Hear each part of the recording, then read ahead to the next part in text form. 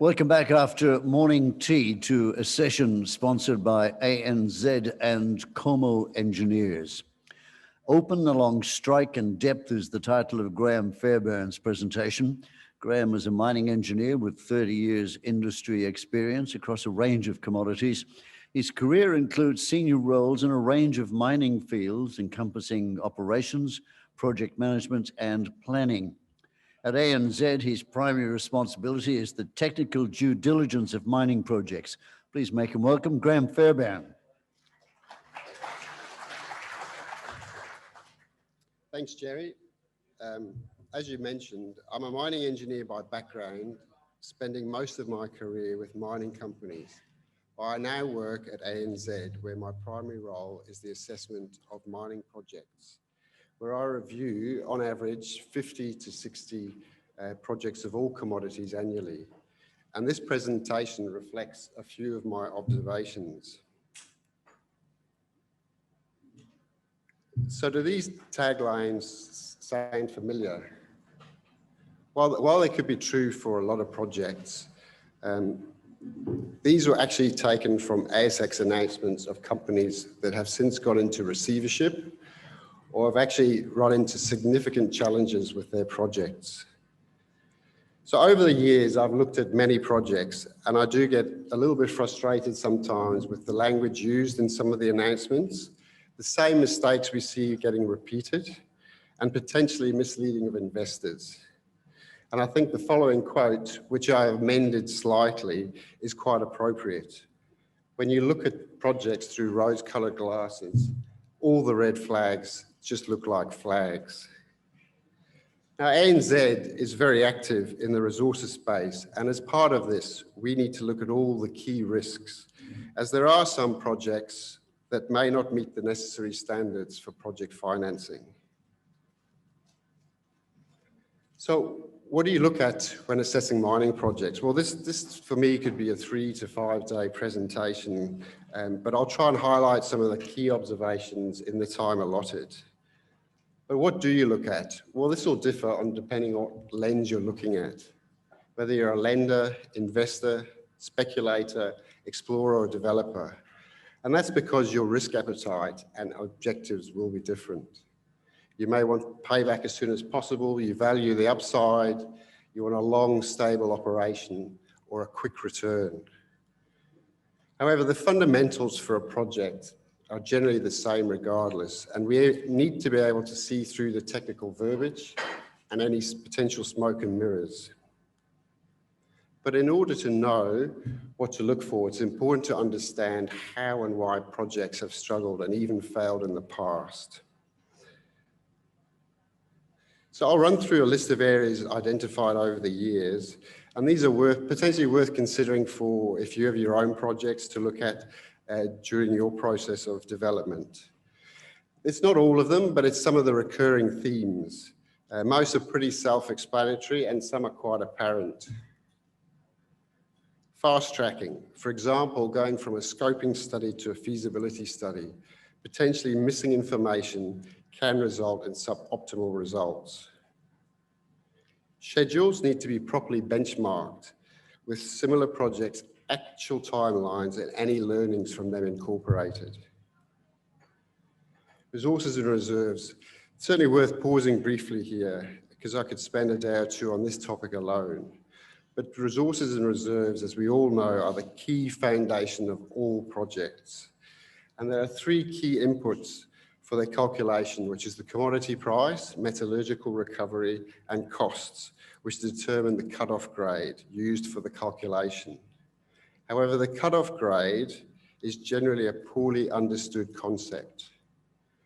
With most operations being mill limited, dropping the cut-off grade, for example, as a result of increased commodity prices, will result in more resources and reserves, but a lower annual metal production and a higher metal unit cost.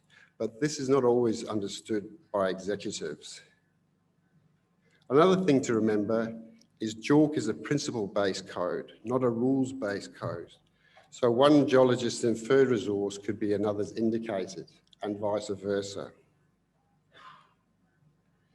Drilling may not be suited to the ore body geometry or the mining method to be employed, and ultimately the selective mining unit chosen.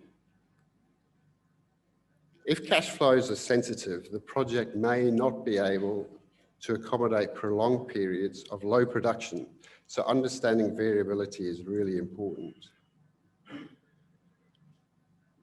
Identification of key faults and structures is crucial to determine accurate mine designs and ground support regimes. Appropriate mining methods need to be selected. For example, we've seen where open pit mining is planned to bulk mine narrow discrete ore bodies that are under reasonable depth of cover, where an underground mining method would probably be more appropriate. And another example is we've seen caving being selected in a competent ground area, which could be challenging for any cave propagation. On the metallurgical side, it is important to understand the blend and recovery dynamics of plant feed and any grade recovery relationships that there could be. And going hand in hand with this is that you need to understand how well the feed characteristics are understood and how quickly the plant can react to any variations in that. Composites need to be representative of key periods. For example, the first 3 to 5 years, and where applicable, appropriate top cuts applied. Deleterious elements often need to be modeled in as much detail as the actual metal being recovered, as it could affect recovery, product quality, and payability. While we support the development of new technology, as that is important for the industry, it is probably best implemented on existing operations and not greenfield projects. Schedules need to be realistic and preferably not include aggressive vertical sink rates or development rates which are not aligned with comparable operations. Inferred resources. The inclusion of these generally cannot be avoided. However, as long as they're not material and ideally back-ended in any life of mine plan. These parameters leave little room for error. And as banks, we look at reserve tails to cover unforeseen events. Backsolving. Certainly we've seen this quite often where a production target is set before all the detailed planning studies have been complete. This is, for example, where it's stated that the planned mine will have a 1 million ounce reserve, produce 100,000 ounces per annum with a 10-year mine life. And this can result in suboptimal results. Let me just say, sorry.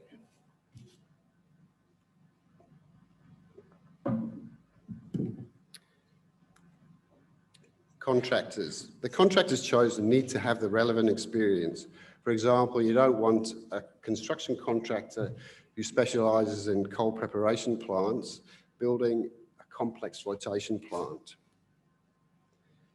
In a board, you need to see transition or addition of skill sets as the project progresses. For example, from exploration geology to mining engineers and those with project management experience. And it's certainly worth noting here that if a project fails, the reputational risks can generally tarnish those involved. So it's important to get this right. While consultants are important to use, they can take away ownership and accountability if overused. High commodity prices and favourable exchange rates will generate optimistic cash flows, and projects need to be able to work through commodity pricing cycles and not just current spot prices. Costs need to be appropriate to the level of study. You don't want a feasibility study based on budget quotes. And it's worth noting here that infrastructure requirements such as power and water are important, with cost structures needed to be understood as to who is covering the capital and have the operating costs been appropriately increased where appropriate. Environmental and social aspects have been mentioned a few times today already, and these are more reputational risk issues, but are definitely front of mind, with a heightened focus requiring enhanced due diligence in our internal client screening tools. Tailings storage facilities are a life of mine commitment, and the strategy needs to be clear.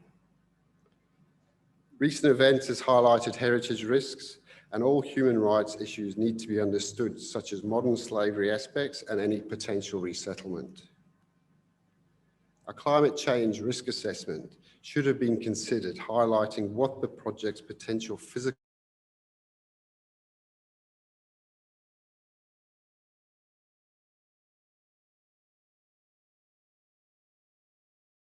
Other risks include single unit risk. So this is, for example, where you've got multiple grinding and classification streams in a processing plant feeding a single thickener. If that thickener goes down, then the whole process stops. You need to understand the laws in unfamiliar regions and be sensitive to all the cultures. And you need to make sure you know who owns the project and check for any royalty streams. There needs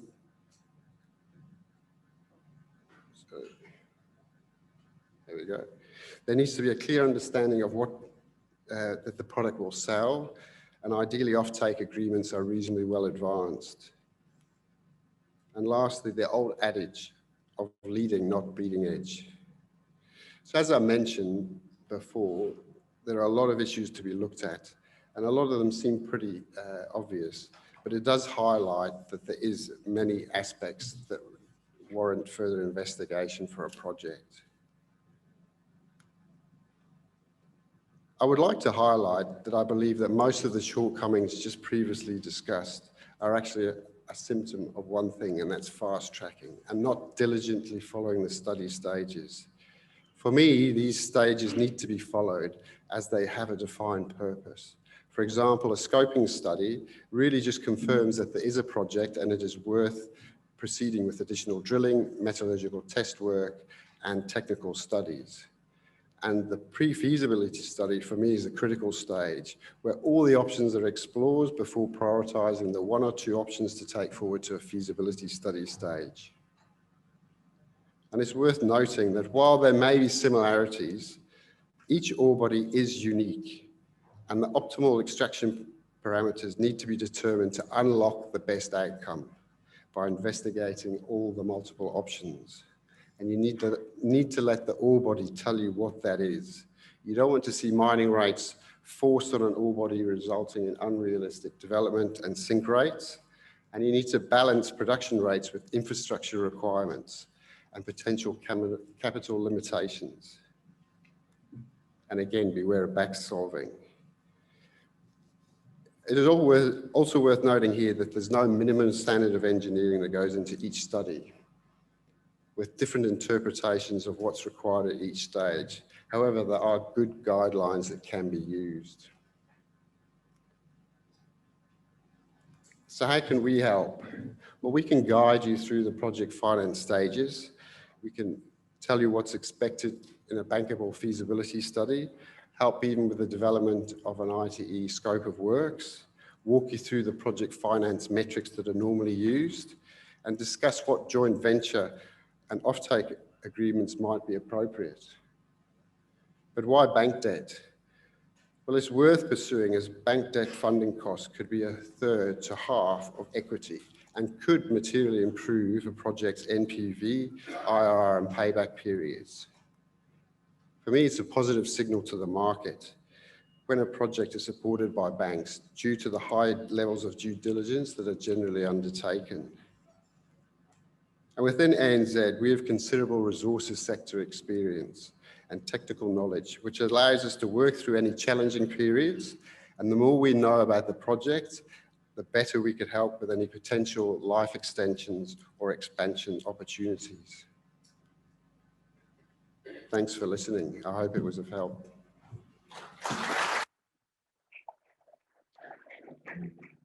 Thank you very much, Graham. Our next speaker is Mr. Patrick Mutz, the Managing Director and CEO of Image Resources since 2016. Patrick began his career in mining in the USA, working as a metallurgist for Chevron back in the 80s. He now has more than 40 years of international mining experience, the last 20 of which spent in Australia as CEO and MD for a number of companies. Please welcome Patrick to the podium to present an update on Image Resources, Australia's newest mineral sands miner. Patrick. Thank you. Thank you for that introduction. We'll go right into the presentation today. We'll start with a snapshot of the corporate side of things. You can see here that the market cap of the company currently sits at about 174 million. Cash on hand at the end of the year was 51 million with a little bit of debt remaining, which gave us an enterprise value of about 141 million. Share price somewhere around 18 cents, I think a little bit, or very close to that even today, and almost or just under 1 billion shares on issue. The point I want to make, though, first off is as of today, I think we made the announcement this morning that we're debt free. So this is actually a little bit of the wrong picture.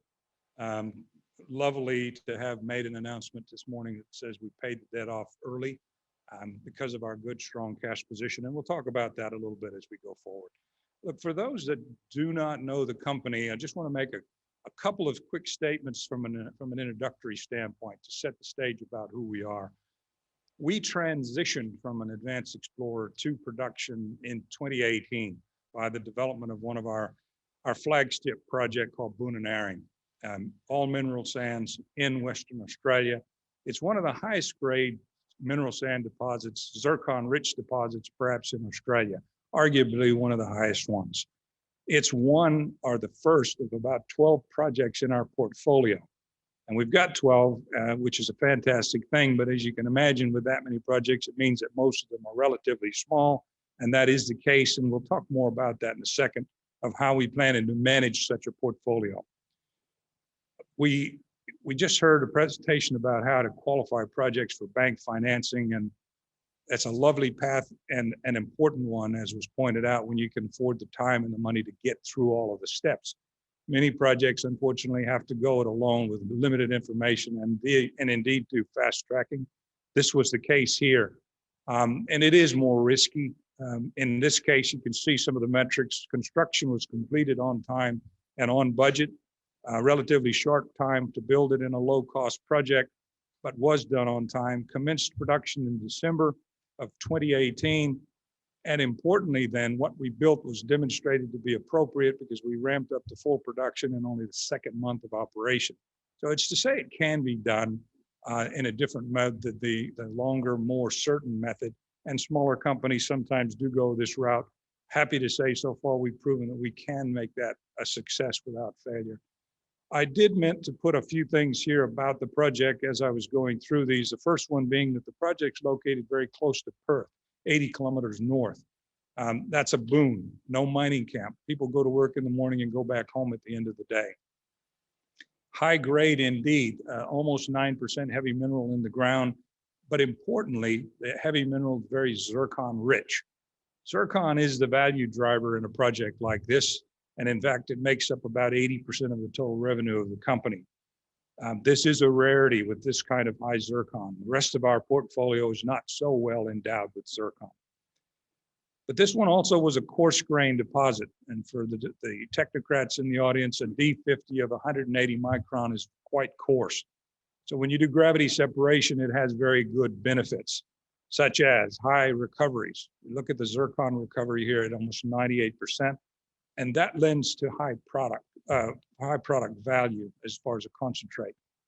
That coarseness is one of the reasons that the project was able to ramp up to full production in only the second month of operation. Yes, the people had a lot to do about that, and the equipment selection had a lot to do with it. But the deposit itself very much lended its well to a strong game.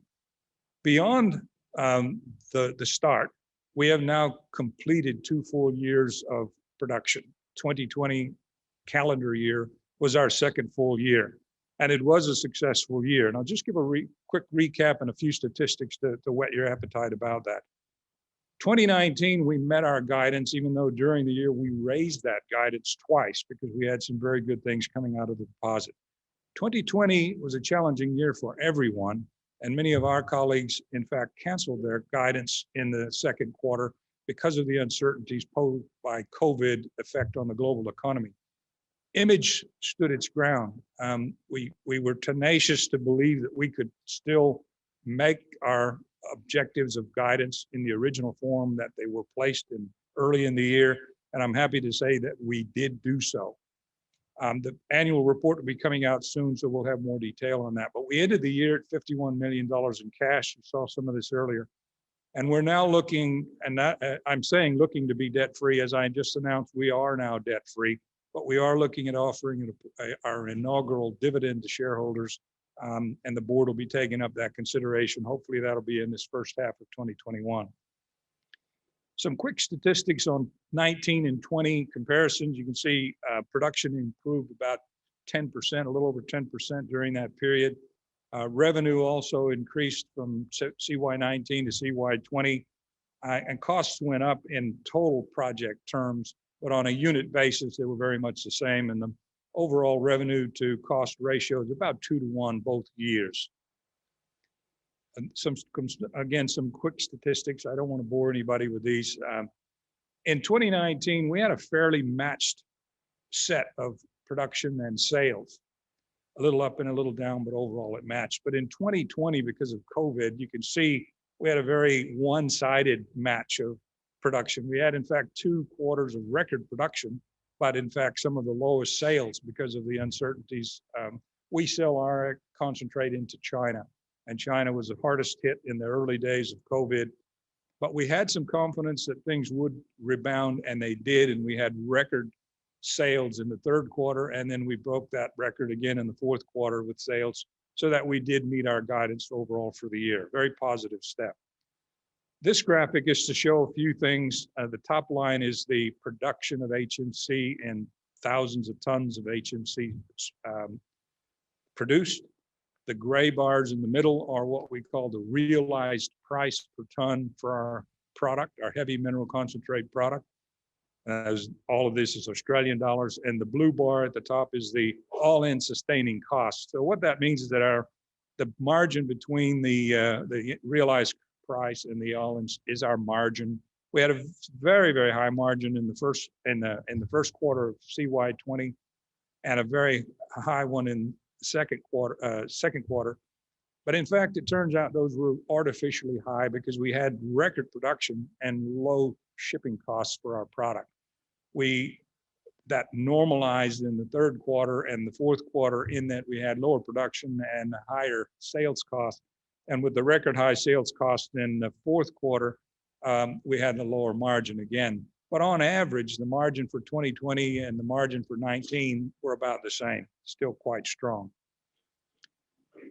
And this is the notes that just go with the last slide, so I'll pass by that. Look, on a guidance basis, these are the numbers. We had reasonably high expectations of production and sales, and we met those for 2020. We were a little bit below our range on total operating costs, and at the lower end of the ranges on our unit costs. So that's very positive. And we also announced today guidance for 2021. These are the numbers you can see reasonably in line with expectations for 2020. Save and except in our announcement this morning on guidance, there will be a lower profit margin because there are some aspects of exchange rate and slightly lower zircon content expected in the new year. So there's a note in the announcement about that. When you look at this graph, most people see this kind of a graph and think, well, that's a comparison graph of your project to everybody else, but that's not the case. These are all images projects, and they're on a scale to just show a little bit about the variability of the size of the projects on the bottom scale and the grade and heavy mineral grade in terms on the left-hand scale. Currently, we're mining, there's a total of 12 of them here. 2 of them have ore reserves. All of them have mineral resources. The dark blue ones are mineable by dry mining, and the light blue ones mineable by dredge mining. And I'll talk a little bit more about that. We're currently mining at Boonenaring, and our feasibility study in 2017 suggests that when the material is finished and exhausted at Boonenaring, we'll move to Atlas, and that is the plan. We'll talk about the mine life picture in just a little bit. In essence, we have enough projects here to keep going for many, many years, but because we can only talk about mine life relative to ore reserves, we have to stick with that discussion. Importantly, we're mining from only one of these projects now, but the goal is, and in fact, our focus for 2021 is to begin to focus on growth. And I'm talking specifically about share price growth And the manner to do so is along the lines of either one, having a second operating mine, which we are looking at Bitamina as a scoping study today, or multiple operating centers even outside of our portfolio. And the company is in a strong enough cash position now, being debt free. We're beginning to look at opportunities even outside of our portfolio for a longer life mine or reserve. This is what we have in our portfolio for dry mining, and the top two projects are the one with reserves in the feasibility study. Those are reserve numbers that are remaining. And then the other ones are all in resources. The idea is that when we finish at Bunanaring, we'll move our wet concentration plant at a minimum cost, total capital cost somewhere around 25 million to reset and reestablish at another location. We had hoped originally these two at the bottom could perhaps be folded into Bunanaring. It turns out they're a little bit too far out. But we are seeing that Helene and Hyperion are within pumping distance of the Atlas relocation plant. So we're believing we can expand our total mine life at Atlas with these other two projects. Whereas Red Gully and Regensford will likely be the third location of the concentration plant after all the reserves are exhausted at Atlas. And in the dredge mining category, at the top of the list is Bitamina, still in mineral resources, but it does have attributes that has made it our flagship project to consider as a second operating center within the company's current portfolio, in parallel in operation to the dry mining over at Atlas. So the scoping study is being done now, and we'll see where we go. These larger projects with larger resources, but lower grade, are amenable to dredge mining, and they're closely connected as far as in space, and it's possible in time we find that they could become a single project. So the current mine life position at Bunanaring is that we've got enough ore reserve to continuing through at least the third quarter of 2022, but we are actively looking for additional resources under a project named Project More. And we are, though, preparing to be ready to move to Atlas at the right time, finalizing the last bits of permitting and infrastructure work we need in that area now. So we're ready to go when it's time. Project More, though, has been expanded now to also look for additional ore reserves in and around Atlas. And as I mentioned earlier, we've already identified two other projects, Helene and Hyperion, that will likely benefit for that area.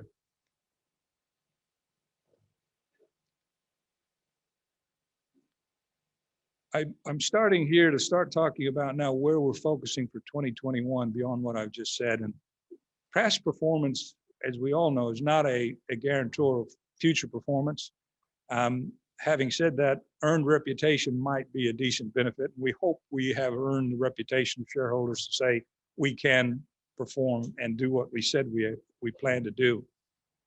Also, I note that future winners are made out of the challenges that they face today. And of course, every company does. Ours is about finding longer lived reserves to grow the company. Along that lines, Project More is set up to do what we are looking for, expanding our ore reserve base. That's within our own portfolio.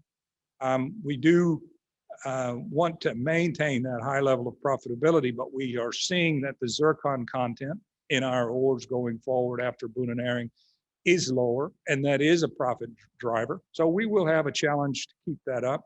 Admittedly, though, Bunanaring that we're mining now is quite deep. We have a strip ratio of about 6-to-1. Where we're going to Atlas, that strip ratio changes to about 1-to-1.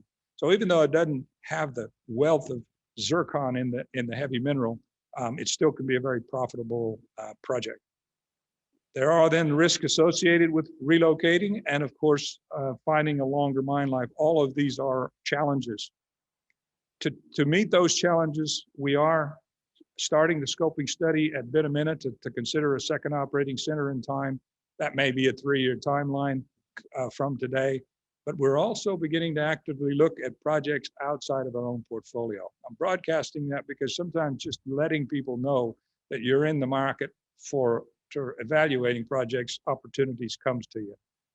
I've got many other things to talk about, but outside of operations, I want to make it clear that this company does focus on what we call the social license to operate.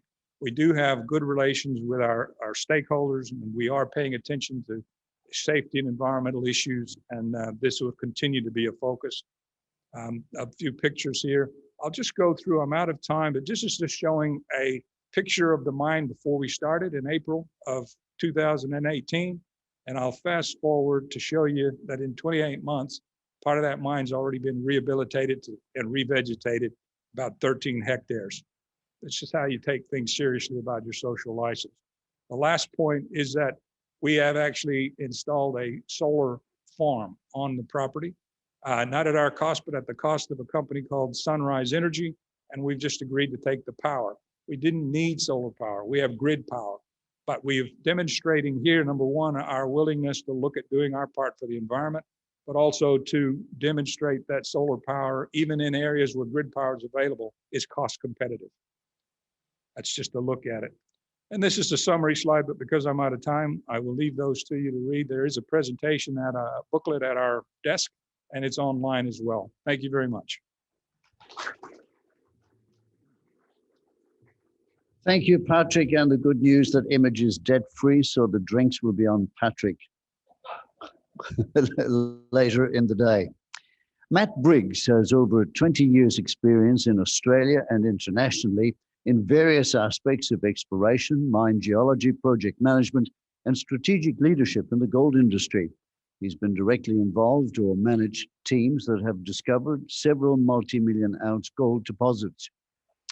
Matt has worked internationally on projects in Africa and headed group strategic planning for Goldfields Limited before joining Prodigy Gold as managing director in 2016. Please welcome Matt Briggs.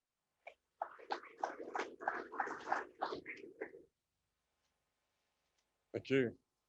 Prodigy Gold is an active greenfields exploration company in the Northern Territory. $8.5 million cash, $24 million market cap at the moment. So our focus is in the Northern Territory. We have a large portfolio and we are screening that portfolio for large gold and base metal deposits. We have 3 resources totaling 1 million ounces that we're continuing to progress.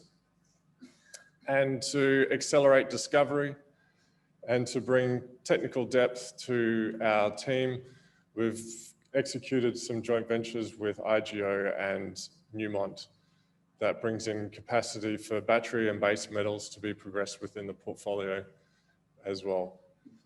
We, late in 2019, signed an operator agreement with Davidson Gold. That deal allows Davidson to use our processing plant on the mining lease for a payment of $2.3 million cash and 2.5% NSR royalty. And it's good to see them continuing with the permitting of that project. So a number of projects, a number of commodities, and the right partners to get the area moving. If we look in the north of the Tanami, our Hyperion project, it sits immediately north of Northern Star's 1.7 million ounce Ground Rush deposit. We have our own 300,000 ounce Hyperion resource, gold resource. In the north of the area will be our focus for this year. Up PhD, Tregony and Bocco. There was previously a JORC 2004 resource declared on the Tregony prospect by the previous owners. Gold extending for about 3 kilometers of strike, typically only drilled to about 80 meters below surface, and 1 to 3 meter ounce plus intersections within that resource. Tregony only drilled to about 80 meters. The chute controls are not well understood, so we'll be doing diamond drilling for the first time since acquisition on this project this year to understand the chutes.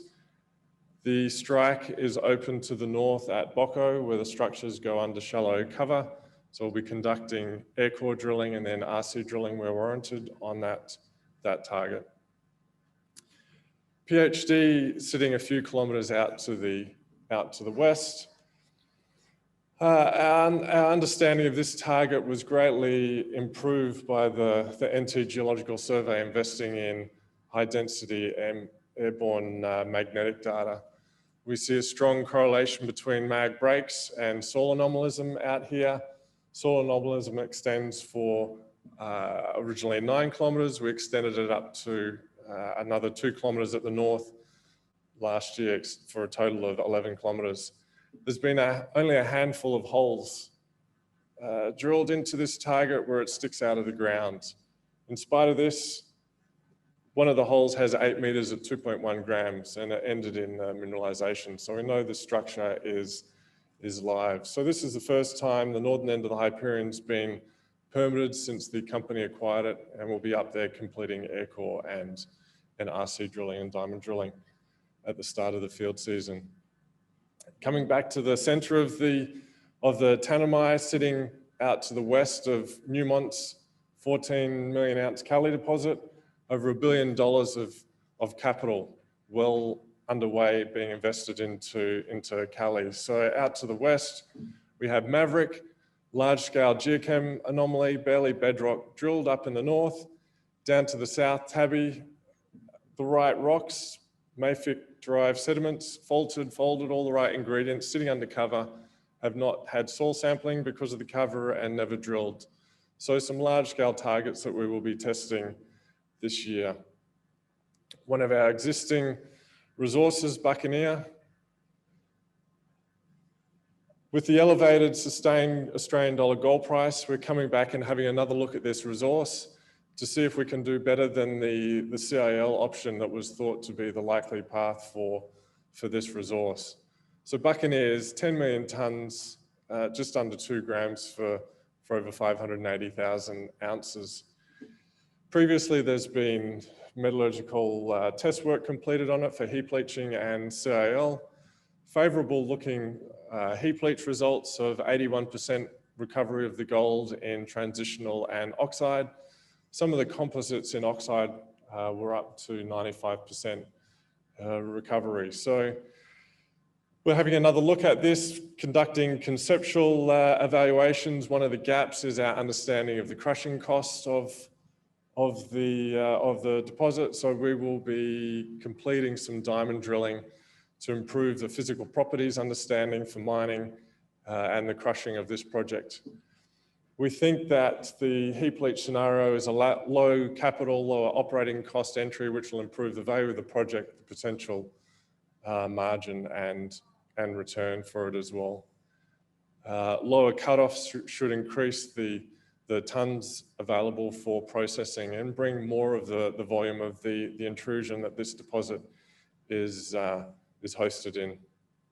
And you can see with minor reduction in the cutoff grade, just how you get an escalation of the volume from the grade tonnage curve displayed. Intersections of up to 120 metres thick in this deposit within the vein arrays with high grade parts to them. So seeing what we can do to get value out of the existing resources and grow them. One of the more advanced targets is the June target. This sits in the centre of the Tanami, about 30 kilometres to the north of Kali and about 2 kilometres south of Oberon. Been quite a number of rigs sitting at Oberon for quite some time the last couple of years that unless you drive past them, you don't hear about. Here we defined for 1.5 kilometres of strike, quite substantial thicknesses of gold in oxide. It's unusual to get gold in oxide in the Tanami without bedrock mineralisation being nearby. There's been about 20 kilometres, that's not 20 kilometres, been about 2,000 metres of drilling completed in the last 18 months. On the two northwest striking structures here, defining the gold in the oxide. The challenge here is to find that bedrock source, but we've got all the right ingredients to pull that apart. A little bit of cover around here, so we're evaluating whether to persist with RC drilling or whether there's potential to explore this with air core as well. So just an example of one of the advanced targets within the project. We've done work to progress permitting of across all of our projects in the last 18 months. And for the first time, several of the targets in the North Runter are approved for drilling. So sense of scale, this project is about 200 kilometres long. One of Australia's highest grade copper mines is the home of bullion, sitting at the eastern end of it. Good results coming from Crota previously. A lot of targets worked up by Newmont in 2006 before giving up on exploration in this part of the world. And through that, they defined several large soil gold anomalies and other multi-element coincident anomalies here that just have not been drilled. So this time we've had the heritage surveys done. We'll be out there drilling these for the first time. Planned for last year, but not what we could move in the challenges of last year. So systematic air core out here. One of the more exciting targets that we progressed last year was Reynolds Range. A fair bit of work has been done here previously. So taking advantage of last year, we consolidated the data here and worked it up. An area that's been mined before, so the Reward mine identified on the map there, 11% copper. Oxide resource was mined here in the 1950s. For about 14 kilometres of strike, you've got a gold trend, which has been the previous focus of exploration. Some quite encouraging results coming out of that RC drilling on the map. For the existing targets, we're looking at what potential there is for strike extensions and understanding the plunge controls of these. Unfortunately, for a lot of this drilling historically done, there just was not the geology loaded into the database. It was grade-based exploration. So last year's given us the time to start building up the data, putting together those structural models to get in and commence the RC drilling. So what was exciting last year was looking through the geophysics. We identified a large-scale EM conductor at Scimitar in the northeast of the project. When the geologist went out there and ground truthed that EM conductor, it was an area that didn't have much soil sampling and no drilling into it, and there was rocks and rocks and rocks of malachite sticking out of the ground that had not been sampled before. And in this day and age, they're collecting samples of 7 grams gold, 5+% copper sticking out of the ground. Our initial target was hoping that the copper was associated with the EM conductor. We managed to complete 1 diamond hole before Christmas, before the wet season shut us down. It showed that the EM conductor is in a different orientation to the gold. The structures don't connect. Further work showing that the gold and copper is on a 1.5 kilometre long north-south trend. In areas you're getting up to 10 metres wide of malachite at surface. So this was identified late in the year, and you see that Reward mine just sitting off to the south, averaging 11%.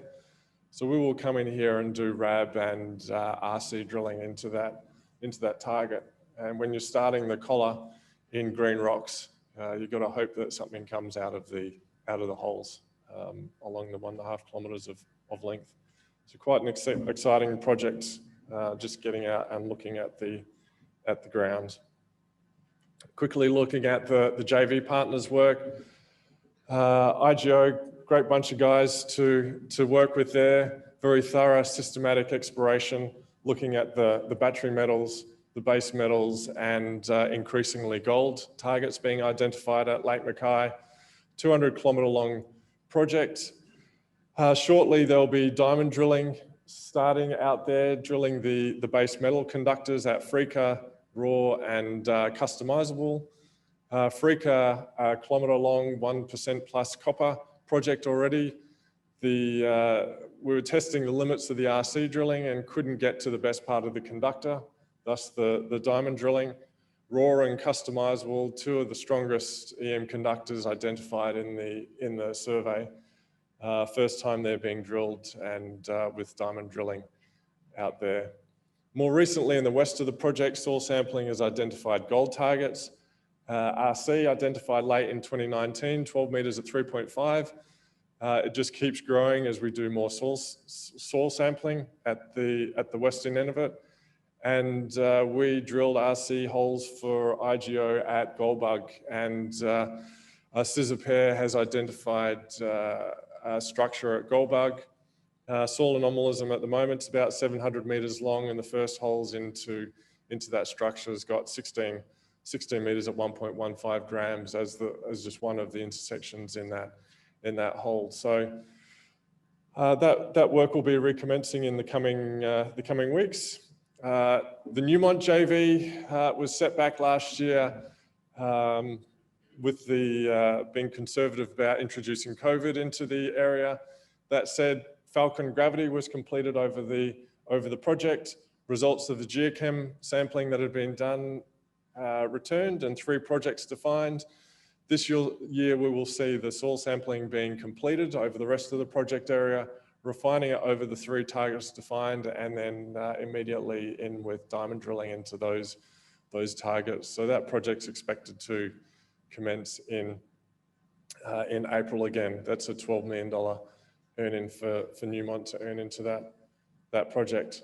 So it's going to be another busy year in spite of the challenges of last year.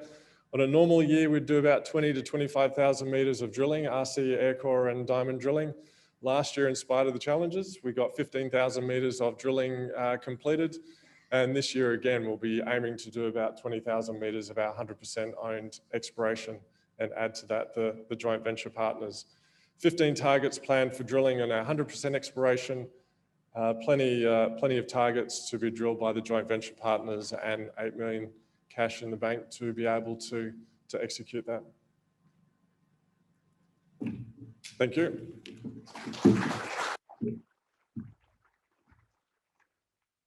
Thank you, Matt. Andrew Penkethman is a resources sector executive with over 25 years experience. He combines his extensive technical skills as a geologist with corporate acumen to ensure quality outcomes for all stakeholders. He joins us now with the RD Resources story. Please make him welcome. Thanks very much for the introduction, Jerry, and just like to thank Vertical Events and the sponsors for putting on another first-class conference. Very well attended again this year, so full credit to the team. We're giving you an update today on Ardea Resources and concentrating primarily on our flagship Kalgoorlie nickel project and a resource update announced to the market yesterday. Just this image here on the cover slide just sets out the future we're all moving towards: low carbon future, renewable power, EVs, and they all need critical minerals, and Ardea is perfectly placed to provide those ethical and sustainable minerals. Disclaimer for all the speed readers, encourage you to look at the presentation in your own time if you'd like more detail. And just the Ardea value proposition. So I've mentioned the globally significant nickel, cobalt and scandium resources within our Kalgoorlie nickel project, essential for new age technologies and to drive the future and ensure that low carbon future. And no nation's better placed than Australia to ensure that ethical and sustainable supply, and at the top of the list is Western Australia. In addition to our globally strategic resources, we've got a large tenement base here in the Eastern Goldfields, WA, and we've got active exploration programs for nickel sulfides and gold. Corporate snapshot now, we maintain a tight capital structure, just under 128 million shares on issue. Over the last week, our share price has been fluctuating between about 55 and 63 cents. Cash on hand at the end of the December quarter, just under 11 million. Market cap currently about 70 to 78, depending on where our share price is. And top 40 shareholders retain 60%. Most important thing is a very experienced and committed management team and board to drive our projects forward. Where our project's located, I mentioned in the Eastern Goldfields of WA, and this plan says it all. Our core K&P tenements are shown here in red, and they're all within a 150 kilometre radius of the city of Kalgoorlie, Boulder, For those of you that know Kalgoorlie, you know firsthand that there's no better location. We can leverage off that brownfields infrastructure, access to ports, road and rail pass through. Most of our tenements are very close by. So whilst we're undertaking what could be termed greenfields exploration on some of our projects and making some discoveries, which I'll say a little bit more about as well, we're still so close to Cal, and little things like mobile coverage on our projects, you just can't state that any more highly. It's a real asset. This image here on the left, we see nickel sulfate produced from Goongarrie pilot plant programs and then plugged into the EVs. So we hear all about the growing EVs and the battery sector all tied to the lithium-ion battery supply chain. And this image, I think, is a terrific summary of where we're at in the nickel market. So if we look on the left at 2020, we can see global nickel metal consumption was about 2.2 million tonnes for the year. By the time we get to 2040, at the right-hand side of the figure, you can see that demand's expected to grow to over 5 million tonnes.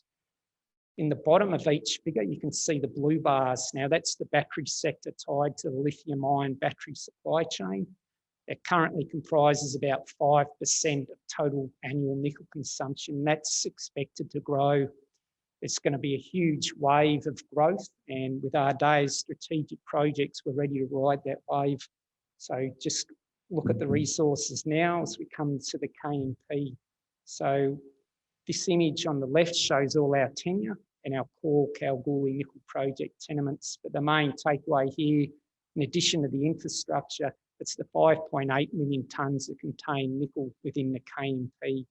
The next closest peer in Western Australia and Australia is BHP Nickel West. The rest is daylight. And with our ASX resource update released to the market yesterday, the core takeaway there is the 60 million tonnes at 1% nickel. So it demonstrates high grade continuity. Our current base case is a 2 million tonne per annum process plant. So you can see in sight ample production capacity. And again, I'd just like to stress that Goongarrie is only the start of the KMP resource updates. The next cab off the rank is Highway, located 30 kilometres to the north. So it's easy hauling distance. So it's that high grades key. And in addition to the resource update, there was a large scandium component as well. So scandium's used as mainly in addition to aluminium, helps create lightweight alloys used for car chassis, aircraft, spacecraft. So it's all about reducing the weight and increasing the strength with minor additions of scandium. So that's a market expected to grow significantly, and Ardea can play a role in that as well. Just to put the significance of the Goongarrie resources into perspective, this is a cross-section looking north. So the mineralised systems over 25 kilometres in strike. As you see on this cross-section, the blue outlines the nickel grade shells. It's over 300 metres wide, and in this example, over 100 metres wide. So it's a very large mineral system. The ore type skerthite. So low acid consumption, rapid leach kinetics. It is the premium ore type for this style of deposit. And also there's sort of manganese there. So you look at terms like PCAM, so precursor cathode active material, and that's really the nickel, manganese and cobalt that goes into these lithium-ion batteries. And in those sorts of ratios, the KMP resource is well placed. That's sort of the real highlights in a globally significant resource base. I'll just go on to say a little bit more now about some of our other projects. There's too many to mention here, and I'd urge anyone to come and visit us at the Ardea booth. The team's there and more than happy to assist with any queries. So the plan on the left here sort of highlights our tenure throughout the Eastern Goldfields, and the purple colours represent the ultramafic stratigraphy. It's the ultramafic rocks that host the nickel sulfides. So with Ardea's strategic tenement portfolio, we've got one of the largest ground holdings over ultramafic rocks in Australia. So it's a great place to start the nickel sulfide exploration. And that includes sort of classical komatiite Campbell style deposits, but also layered mafic complexes. I'm just going to say a little bit more about Emu Lake. So Emu Lake, located here. And then I'll go on and say a little bit more about Black Range as well. So Emu Lake's only 70 kilometres northeast of Kalgoorlie.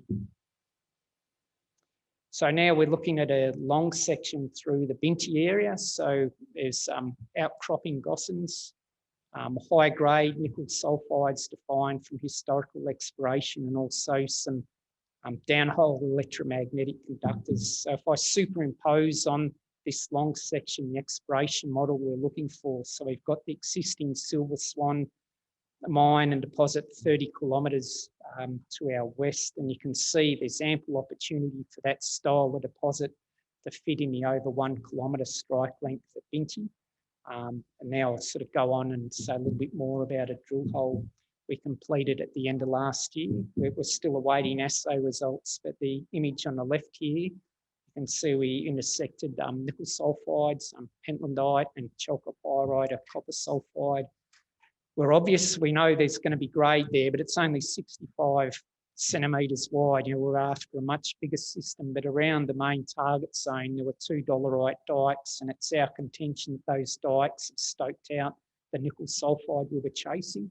We're currently undertaking downhole EM surveys to vector in on any large clusters of nickel sulfides, and depending on the results, we'll look at drilling any compelling targets later this year. But this is just one example. This is 1 kilometre of strike shown on the long section. Ardea control over 20 kilometres of strike in this tenement package, and we saw quite earlier with the Silver Swan model. Now there's ample opportunity for a high-grade nickel sulfide discovery. Now quickly on to Black Range. This time we're looking at a layered mafic complex. So Julie Mars is sort of an example of that type of system. We've got very strongly anomalous geochemistry, so it's nickel, copper and PGEs over about 1.5 kilometres in the east-west direction and several hundred metres in the north-south direction. And just stress, this is sort of one of many quality nickel sulfide targets. We're about to undertake an IP survey there any day. We've got Shane in the audience here, so I'll make sure he gets his team on site in time, but really look forward to vectoring in on drill-ready targets there, and obviously the targets to make a significant greenfields discovery, but on a granted mining lease. Just touch upon some of our gold exploration now. Again, it's all about adding maximum value to our large strategic tenement position. The KMP, the nickel sulfides tied to the lithium-ion battery supply chain, that's priority one. But with our tenement holding, it's all about maximising value for our shareholders. So that's where the nickel sulfide and gold exploration comes into play as well. And in this image here, you can see drilling underway at our Goongarrie nickel cobalt project, but in this instance, we're looking for gold. So here's a zoom in of our Goongarrie nickel cobalt project, and what makes Goongarrie different, it's the crustal architecture. So there's a big tectonic structure called the Bardock tectonic zone, and that's the northern strike extension of the Boulder Lefroy fault, responsible for hosting well over 100 million ounces in and around Kalgoorlie and north to the Paddington mine.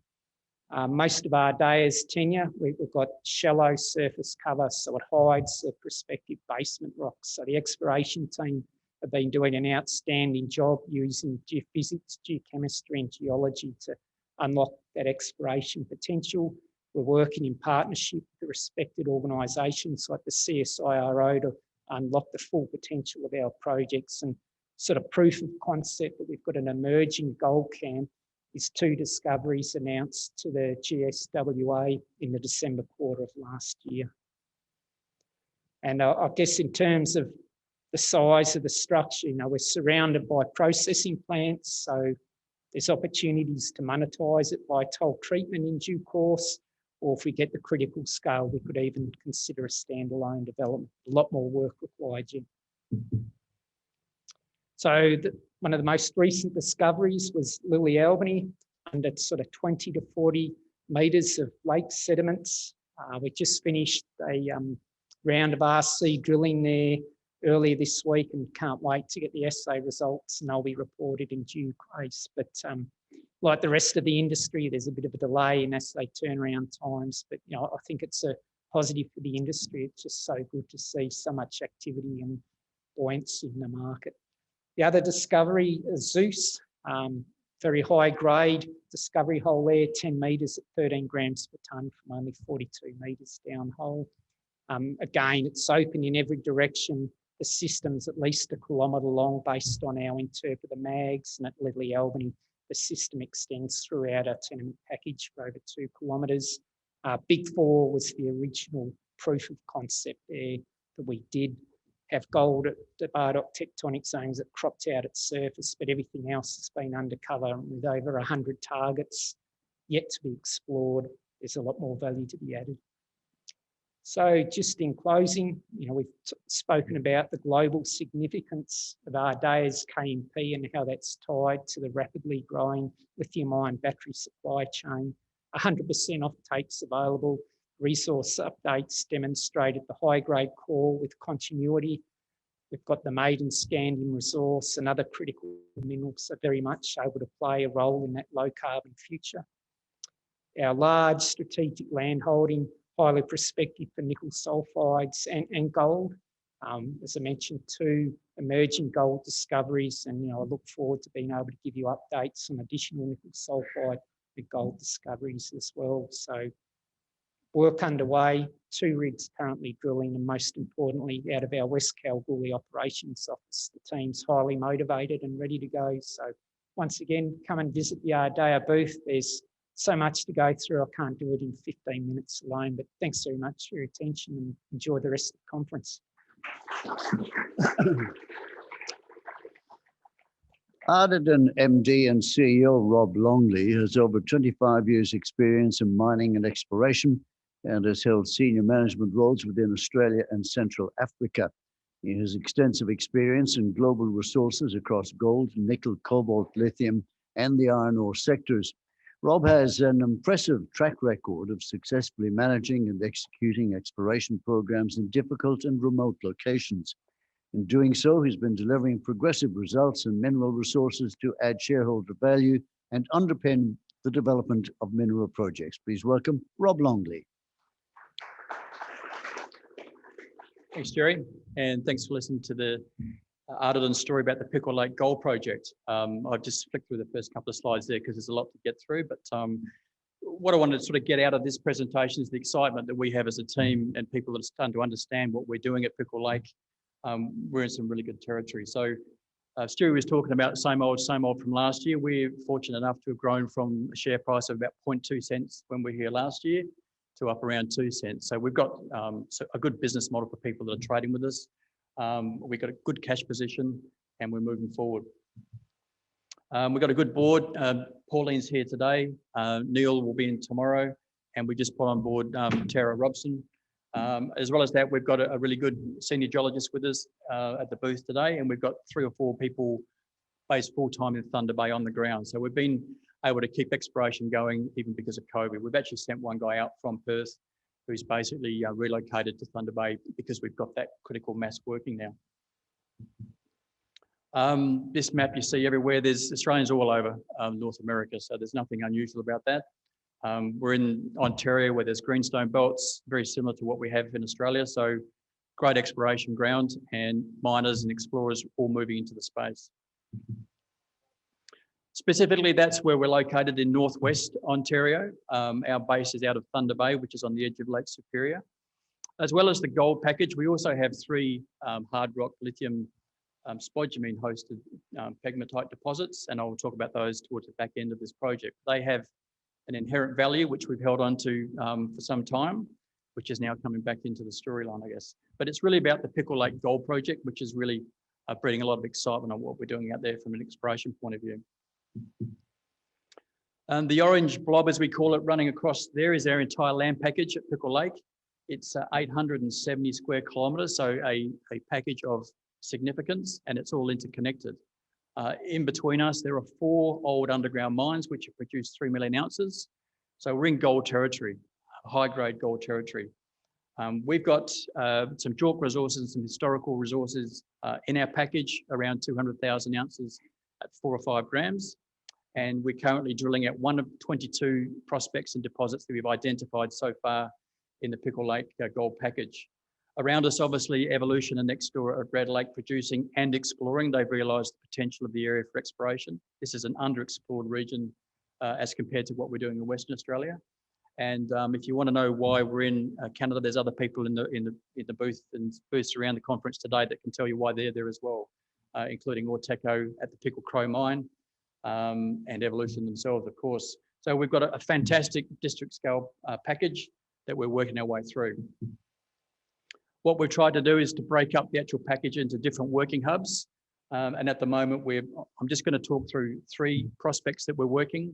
Cassagimminus, which is in purple, the sort of center red circle there, where we started drilling last summer and we're now drilling again in winter. South Limb, which is alongside a Donna Lake underground gold mine. And really what's exciting people is the Esker prospect, which we're working our way to out in the west later this year. But you can see from there, there's a number of really good prospects for us to go after. What differentiates us from some of the others in the area is that we own this ground and it's all in credit. So we can work this ground as we see fit and pick out the priority targets as we move our way through it. So of the 3 prospects I'll talk about, Cassagimminus is our first one. We did summer drilling, as you can see there, on the sort of land-based area, pad 1, 2, 3, 4, 5, and we hit good old intercepts through there. What we're doing now is moving to the east, and that mag survey over there is basically a recent drone-based mag survey over the top of a shallow lake, which we're currently freezing up so that we can get drill rigs onto the lake, which hasn't been drilled before. So there's a lot of potential to extend that resource to the east. This thing is a little bit like a Russian doll.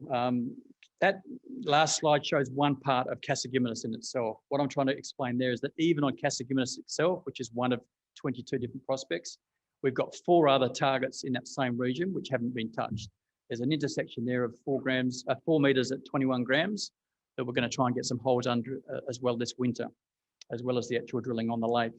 And then further to the west, there's some really interesting geophysical targets that Southern Geoscience have pointed out to us are worthy of testing. And in the bottom right corner of the screen there is a sort of a deep seismic to show that this is a deeply plumbed system.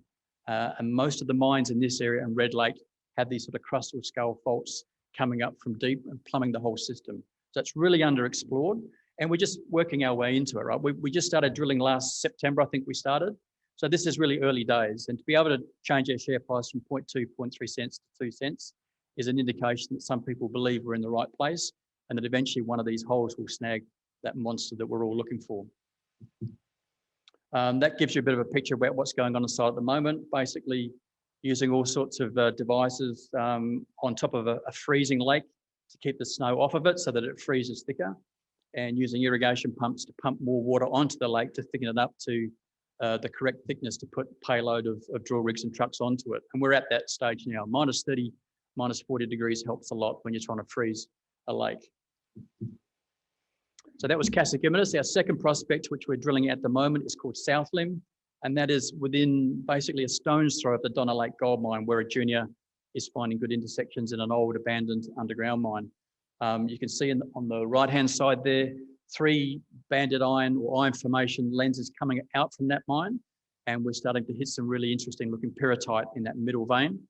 So it will take some time to get our assays back like anyone else, but the geologists on site are very excited on what they're seeing through that middle zone. So South Limb and Cass are quite close to each other. So again, when you're getting started in these new areas, it's about efficiencies of scale, logistics, reducing your cost. And we're doing that by having people live there, being based there, getting better synergies. And also, of course, the relationships with the First Nation people. That's some pictures from South Limb, an excited geologist in the top left, sulfides bottom left, drill rigs, drillers huddling inside a heated box, drilling away day shift and night shift, and some female on our crew, which is really good to have in Canada. So the new Patricia Gold prospect is what is really ticking a lot of boxes and getting people excited. Within that, there's an Esker prospect, a geophysical anomaly there, which is a direct analogue of the Musselwhite gold mine north of us. And that's where we aim to get to in the summer season this year. That is a massive geophysical target with a lot of noise around it, but nobody's really managed to get out there and drill it properly. So we've got an exploration permit in application, which should be approved shortly. And as you can see there, we're directly along strike of the Golden Patricia mine, which is owned by Barrick. And we basically ring-fenced Barrick's mine there, and we've got all of the exploration potential extending to the northwest from that point. So that's a structure which is 35 kilometres long. And that, as I say, is just one of 22 prospects like this that we've got within the entire package. That's our news flow coming up from the gold activity in particular. And just quickly on lithium, Artisan, before I joined, had been drilling one of their 300% owned spodumene projects in Ontario, very close to Pickle Lake and the region, so very close to each other. Suddenly we're in that good position of the North American space, which is now turning to that market.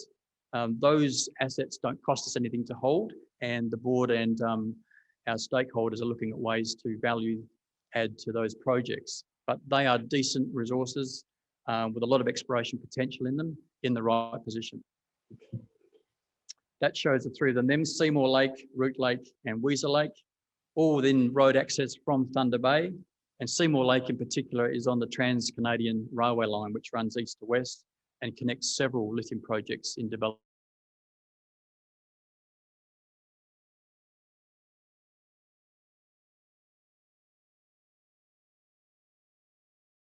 That's a bit of activity. These aren't little mica flakes and bits of spodumene sticking up out of the regolith.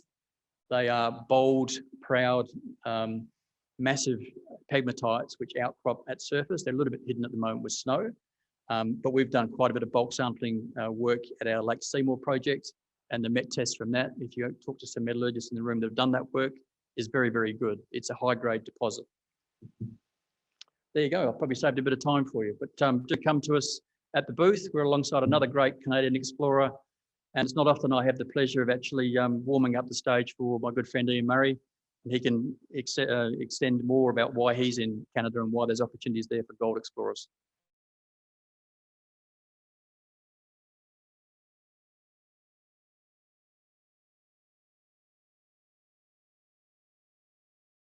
Draw mining until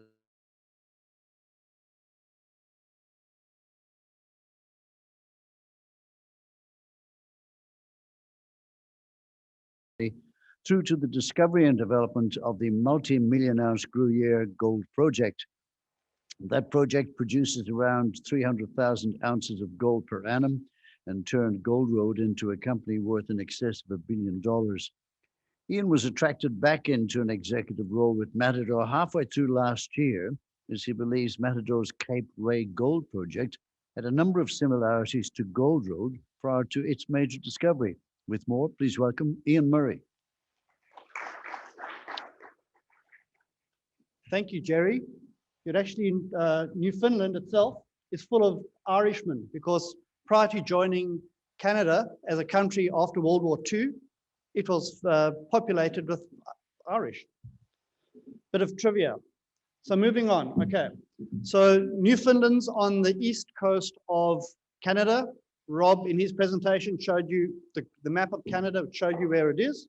Just to point out who's else is on there, because I'm sure most of you don't even know what exploration is going on in Newfoundland.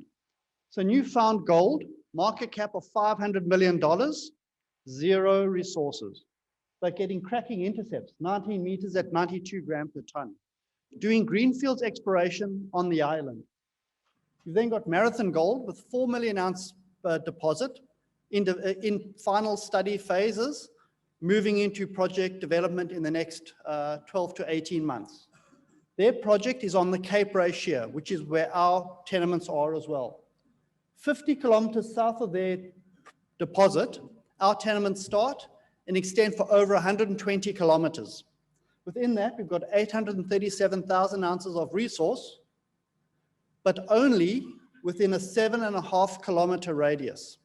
So 15 kilometers out of 120 hosts our 840,000 ounces. The rest, the other 105 kilometers, I'll talk about later. So within this area, we've just completed our 2020 drill, sorry, at the end of 2020, we completed our 2020 drill program, 10,500 meters of diamond drilling. Great results for our first year of actual active on-ground exploration, despite COVID. In the south, we've got Angus. This is an area which is the first discovery in 20 years along this belt. Previous holders of these tenements didn't put in the exploration and never made the new discoveries. This last year, we put in the effort, we did ground mag surveys, identified new targets, followed them up with drilling, and we hit 20 meters at 2.4 gram per ton. In gram meters for you geologists, that's 45 gram meters as a discovery hole. We've expanded the drilling around that new discovery, and it's now 450 meters east-west and 300 meters north to south, and still open in all directions. Because it's the first year that we've drilled this target. It's only 1 kilometer away from our known resource of Window Glass Hill. At Window Glass Hill, this year we focused on brownfields exploration to expand the footprint, which we've extended to the southwest, as well as to increase the confidence of what we have there. That drill hole is the most recent drill hole that we've announced from Window Glass Hill. If you just take time to look at those numbers, this is one drill hole, 10.5 meters at 2.4 gram per ton, and then 1 meter at 5 gram per ton, and then 7 meters at 7 gram per ton, and then 2 meters at 7 gram per ton, all from the same drill hole. This was a drill hole that drilled down through the system to test the extent of the mineral source model that we had. The final 2 meters at 7 gram per ton is not in the current drill, in the current mineral source model that we have for Window Glass Hill. This is a new system that we've hit below the current pit shell design.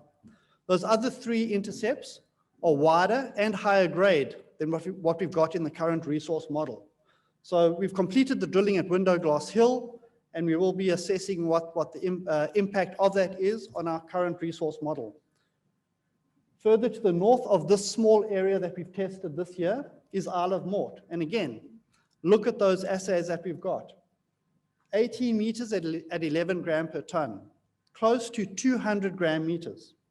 200 meters at 5 gram, sorry, 20 meters at 5 gram and 19 meters at 4.6, 100 gram meter intercepts. Fantastic intercepts on an area that has not had the systematic exploration that most West Australian projects do have. With that current resource, we have done a scoping study, and exactly what Graham had said earlier, a scoping study just gives you an indication of what the economics look like for this project and does it warrant further study and further work. And if you look at the scoping study metrics, and I'm not a geologist, I'm a financial background, so to me the key ratios are what's your life of mine relative to your payback period. Here we have a 7-year life of mine with a payback period of just over 1 year. Tick that box, it makes sense. The second one is what does your NPV look like compared to your capital spend? Here we've got an NPV of just under $280 million compared to a CapEx of just under $150 million, almost 2 times, tick that box. And the other one is IRR relative to your cost of debt and your cost of equity. And certainly tick that at an IRR of 78%. But it is just a scoping study, and it is just a 7-year mine life. And with the drilling that we're currently doing at the moment, we are expanding the resources, which will expand the mine life. And as I showed you on that previous map, this is all within a 7.5 kilometer radius, all within simple trucking distance of a central process plant. Our aim is to grow this resource up to around 10-year mine life, around 100,000 ounces per year, because to me, that is a critical size to get to before you press the button on any further development. So we should proceed with the PFS on the back of exploration in 2021, subject to not having capped out the resource. If we continue to expand the resources, let's keep exploring before we do the PFS. And the environmental study work is carrying on in parallel. But what attracted me to join Matador wasn't the 837,000 ounces or the 7.5 kilometer radius area. It was the full 120 strike kilometers of untested area. So if you look at our resource pyramid, this area is the 7.5 kilometer radius. These are all the targets which have never been tested before, which fall within the 120 strike kilometers. The reason why this has never been tested before is because the current resources is where the mineralization outcrops at surface. The previous holders of these tenements never explored undercover. And for the West Australian geologists in the room, you're going to be very surprised by the next statement. When I'm talking cover here, I'm talking 0.5 meter to 5 meters. As we know in Western Australia, when we're talking cover, we're talking 100 meters to 200 meters. And the best discoveries in Australia have been made undercover. No exploration has occurred here undercover. We've got 105 kilometers. So where our current resources end at Isle of Mort, from there onwards, 105 kilometers, there are 20 historic diamond drill holes. To put that into a Western Australian context, from Kalgoorlie up to Menzies, 20 historic diamond drill holes, no further follow-up work done. And in those 20 drill holes, a large number of them were never assayed for gold. So we've got a new exploration manager called Warren Potmer, who's climbed into the historical data, which is limited because the original explorers here weren't looking for gold. He's looked at the historical data, looked at the rock chips, which are these numbers down here.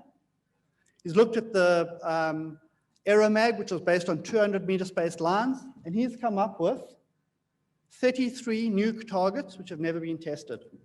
We've ranked and prioritized them, and we'll start testing them in 2021.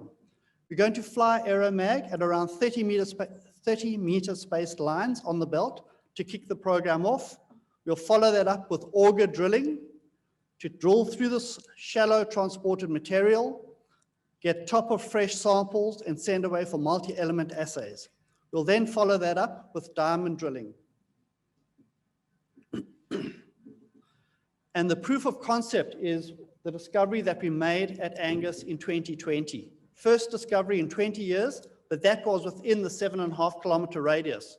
What we're excited about is let's test beyond the 7.5 kilometer radius. If you just look at our peers in the area, obviously there are 3 Australians on that board together with the 2 Canadians.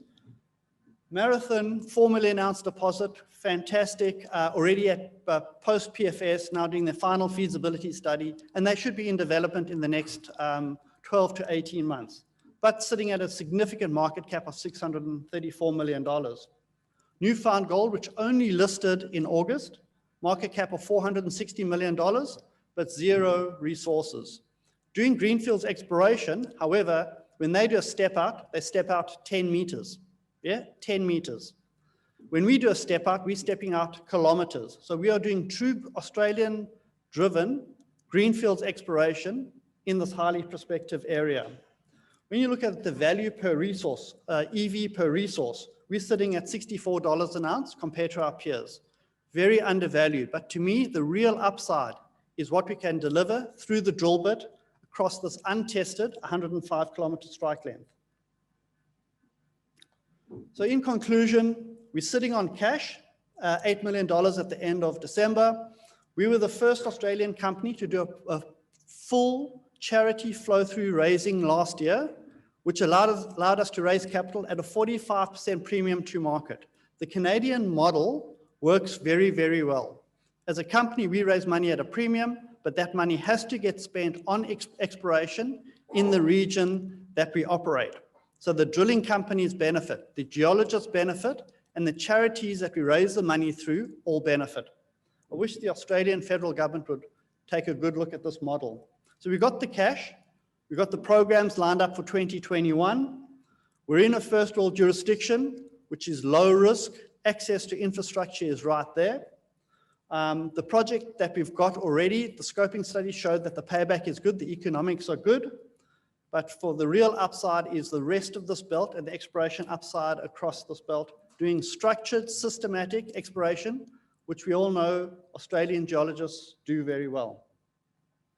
So we are at booth number 29. Please come through and speak to clever geologists, not non-geologists that's on the stage, but clever geologists at the booth who can talk to you in big words, whatever you want, and they can give you the detail that you need from a geological perspective. Thanks very much. Thank you, Ian Murray, using words that are easily understood by everybody. Tony Rivera is a geologist who's worked in the mining industry for over 30 years. He's the managing director of Azure Minerals, which is an Australian-based exploration company focused on developing a portfolio of precious and base metal projects in Mexico and Western Australia, in particular the new and very exciting Andover nickel copper project located in the Pilbara. To tell us more, please welcome Tony Rivera. Thanks, Jerry, and thank you, ladies and gentlemen, for the opportunity to talk to you about the Azure story. 12 months ago, when we were standing up on this stage, Azure Minerals was 100% focused on our assets, exploring projects in Mexico. We had silver and gold resources and a small-scale silver, lead, zinc mine that was operating on a provisional basis. Once COVID came along, we needed to make a decision, and we just elected to pivot back from Mexico back into Australia. And we were fortunate enough to be able to acquire some projects from the legendary explorer Mark Creasy, which were announced in July of last year. And since that period, we've been totally focused on exploring these Australian projects, and while we've put our Mexican assets onto care and maintenance. The photograph on the screen there is the recent drilling that we're carrying out on the Andover nickel copper project. And as you can see there, the access into the area looks good, topography is fine. There's very little soil cover. Most of the area is covered by outcrop. So I know Ian was talking about shallow cover in the previous presentation, but we've got no cover in this area, which is an absolute blessing. Just on a corporate snapshot, we've got three major shareholders, with our largest shareholder, Deutsche Balaton, holding 18%, the Creasy Group with 15%, and Teck Resources, the Canadian major mining company, with just under 10%. With a market cap at the moment of about $123 million, and we've got about $37 million in the bank. So we're really well cashed up at the moment, no debt, and we're full steam ahead onto the projects up in the Pilbara. So the projects we acquired from Creasy, and there are four of them, are made up of one nickel project, which is the Andover project, and three gold projects, which are the Turner River, Meanthena and Coongan projects. The deal that we did with the Creasy Group was that we would acquire direct interests in these projects in the form of a joint venture interest. So for the Andover nickel and copper project, it's 60% Azure and 40% Creasy. And for the other three gold projects, it's 70% Azure and 30% Creasy. We are operators and managers of all four of those projects, and the Creasy Group are free carried through to the decision to mine. In addition to that, we acquired a project called the Barton Gold Project, which is located near Kukaini in the eastern goldfields of Western Australia, and that's 100% owned by Azure.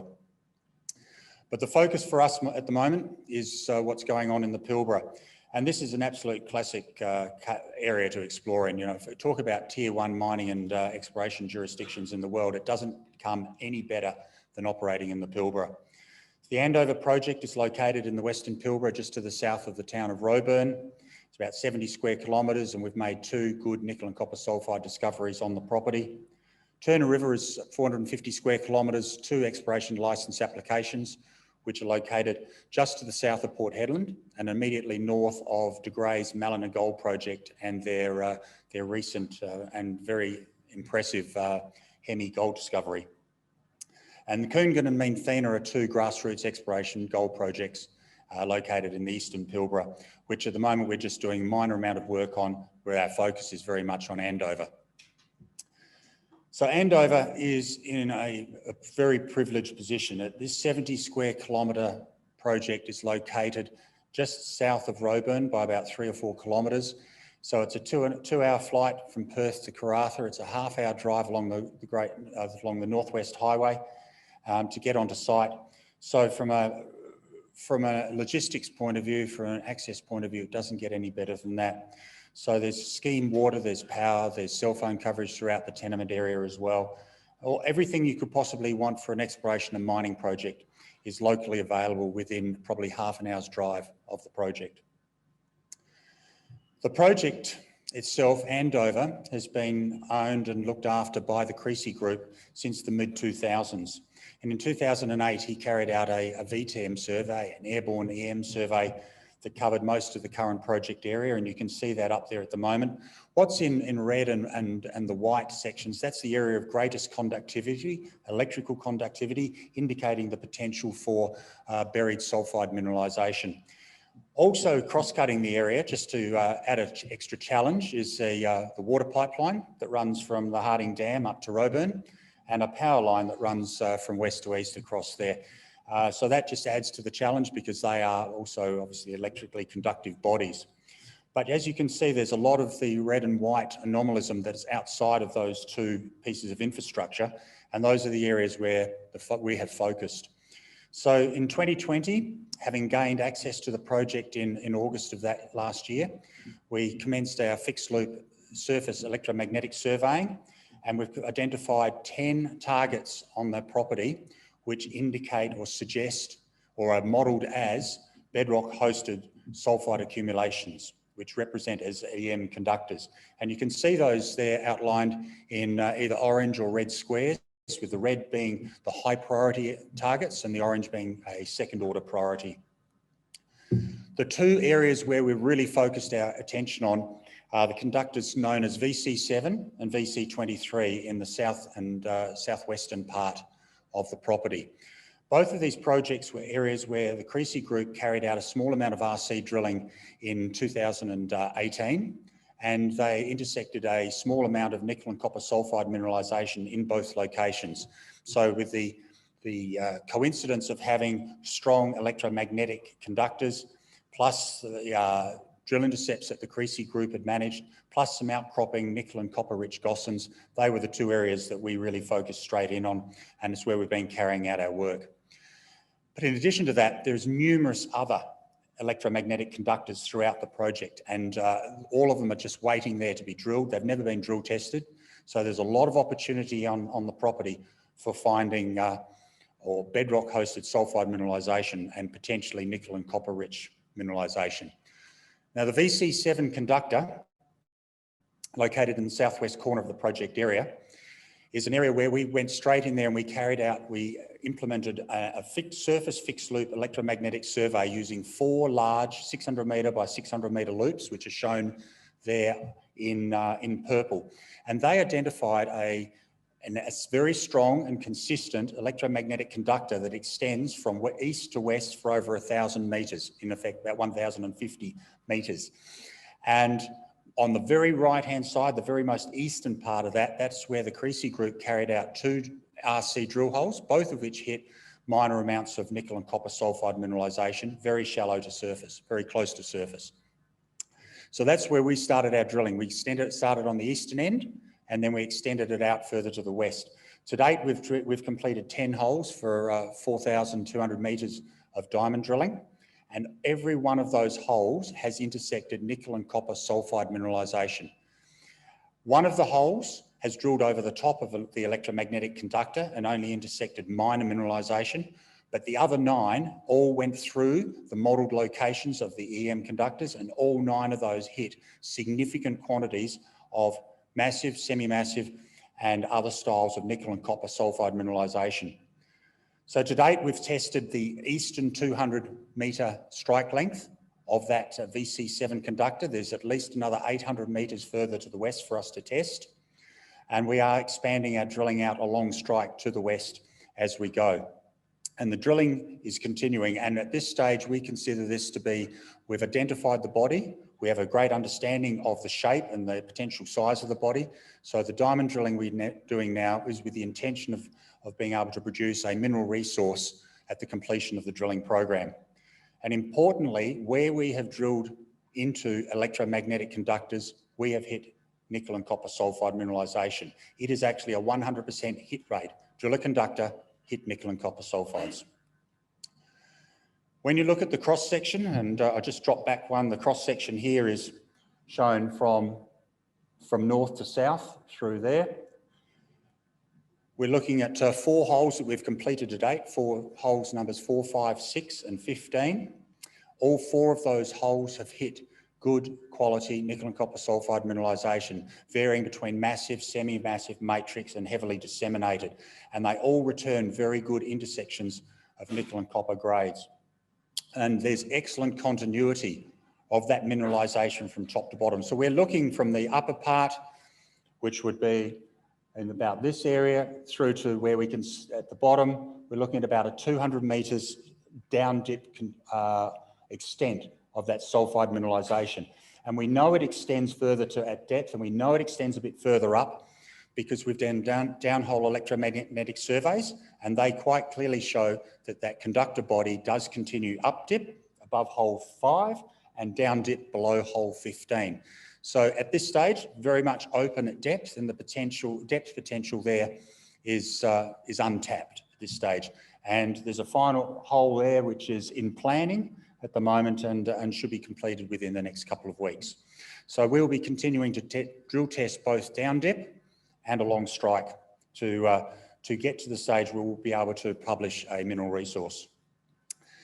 These are the drill intersections, the actual assays that we have announced to date. We've announced results for the first 7 holes, all of which are drilled on the VC7 conductor.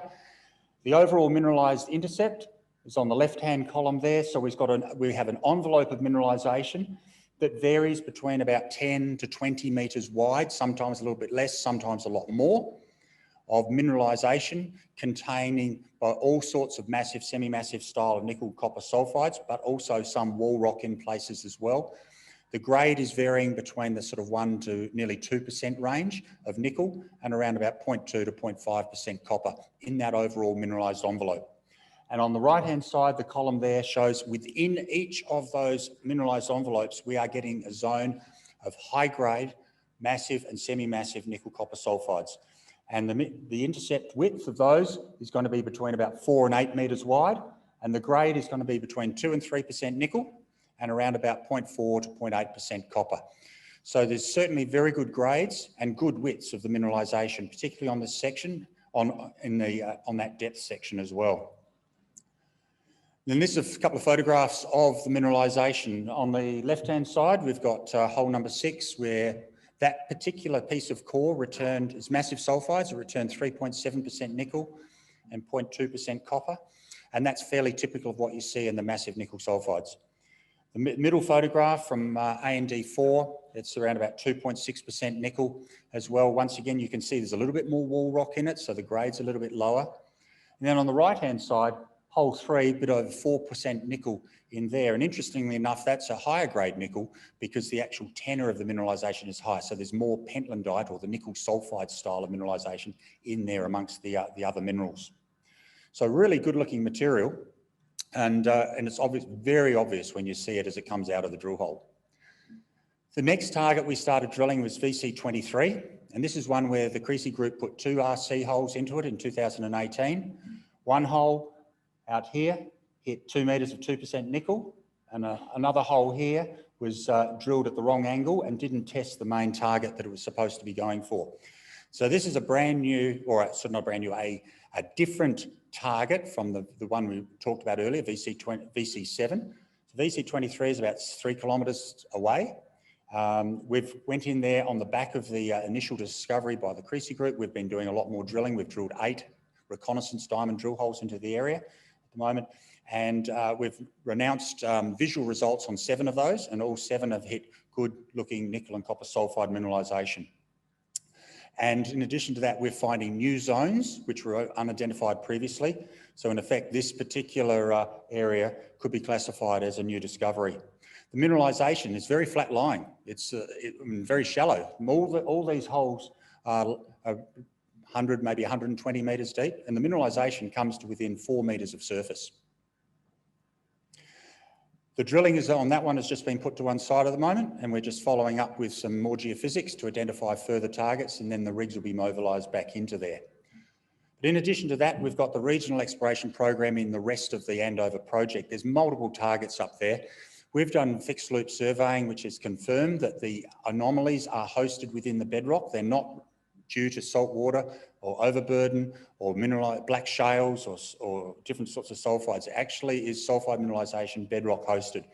We've got 2 new targets that we're very keen to start drilling as soon as possible, and they're shown there in the yellow circles. Those are waiting on heritage approvals from the local traditional owners, and we hope to have that done in the next couple of months. So before the middle of the year, we'll be drilling on those. And if that scenario goes of EM conductor equals nickel and copper sulfides, if it was to continue, and that's a big caveat, then we certainly have a lot more exciting targets to be drilling in the near future. And just very quickly, 2 final gold projects. The Turner River Gold Project, which is a 60-40 joint venture between Azure and Creasy, right next door to De Grey's Malina project, never been drilled, never been explored. As soon as that's granted, we'll be on the ground doing geophysics and also some systematic bedrock sampling from the an early stage drilling program. And so where's some of the areas where we're going to be looking. And the Barton Gold Project, which is finally down by Kukaini, between Leonora and Kukaini, 200 square kilometres of land, mostly soil covered, never been drilled, except for in the far southwestern corner back in the 1990s. And if you look to what's you got to the west, you've got Genesis Minerals with over 1 million ounces of resources. You've got Saturn Minerals just with their Apollo Hill deposit just to the east, which is nearly 1 million ounces of gold. There's a lot of very exciting targets then being drilled just to the south of our ground by Metallicity and some other companies as well. So there's a lot of really good opportunity here in an area that's never really been drilled. So just outlining there in the green circles, there's an opportunity there for us to go in there and do some systematic bedrock drilling, which we intend to do as soon as this tenement is granted, which is likely to be around the middle of the year. So Azure's got a lot going for it at the moment. It's a really busy time. We're well cashed up. We've got some great projects, nickel and copper projects, where we've got 3 rigs drilling, and with the interesting and fascinating gold projects, which we've yet to actually set foot on. So that's a lot happening for the company, and I thank you very much.